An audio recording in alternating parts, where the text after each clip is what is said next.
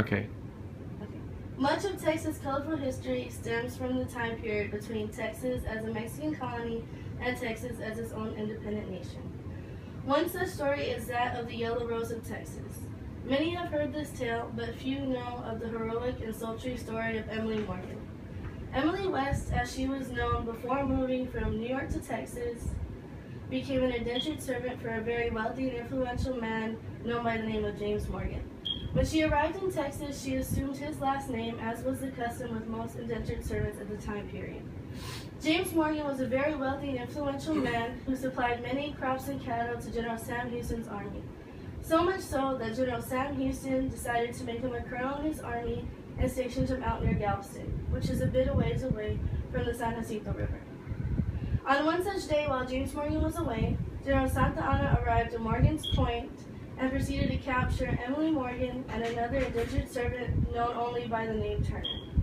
While they were being transported from Morgan's Point to General Santa Anna's camp, Emily convinced Turner to escape and alert General Sam Houston of General Santa Anna's whereabouts. Despite the pleas of General Santa Anna's men to not camp near the San Jacinto River, seeing as that's not a very good spot from a military standpoint, General Santa Anna ignored them and proceeded to take Emily Morgan back with him to his tent. General Santa Anna had been known for his love for women, having a wife back in Mexico and having married one of his captives not 2 weeks before. He saw that Emily would make a great replacement for his other captive and decided to keep her.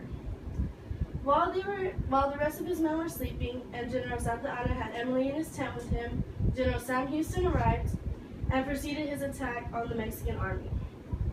Since he was incapacitated, General Santa Anna lost the battle, and that is how Texas won its independence.